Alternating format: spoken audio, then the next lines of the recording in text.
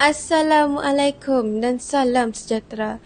Saya Zara Humaira binti Fauzi dari kelas 4 Elit yang menuntut ilmu di Sekolah Menengah Kebangsaan Bukit Asit. Pada hari yang mulia ini, saya ingin memperkenalkan sebuah buku yang bertajuk Rumah Tak Mesti Bahagia, karya Arif Zulkifli. Buku ini mengisahkan tentang seorang lelaki yang bernama Ain. Dia bekerja di Laman Harmoni, iaitu tempat penjagaan orang tua. Di sana, dia bertemu dengan Pak Yazid, seorang lelaki tua yang sangat sombong dan suka bersendirian selepas kematian arwah isterinya. Selepas sekian lama, Ain berjaya melembutkan hati Pak Yazid dengan sebuah origami gajah.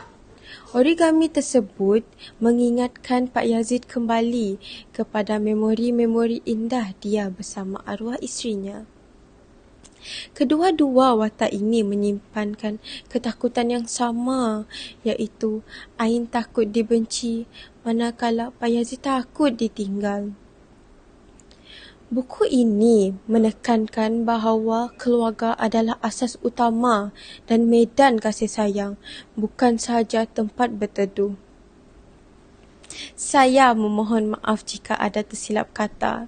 Itu sahaja daripada saya. Sekian, terima kasih.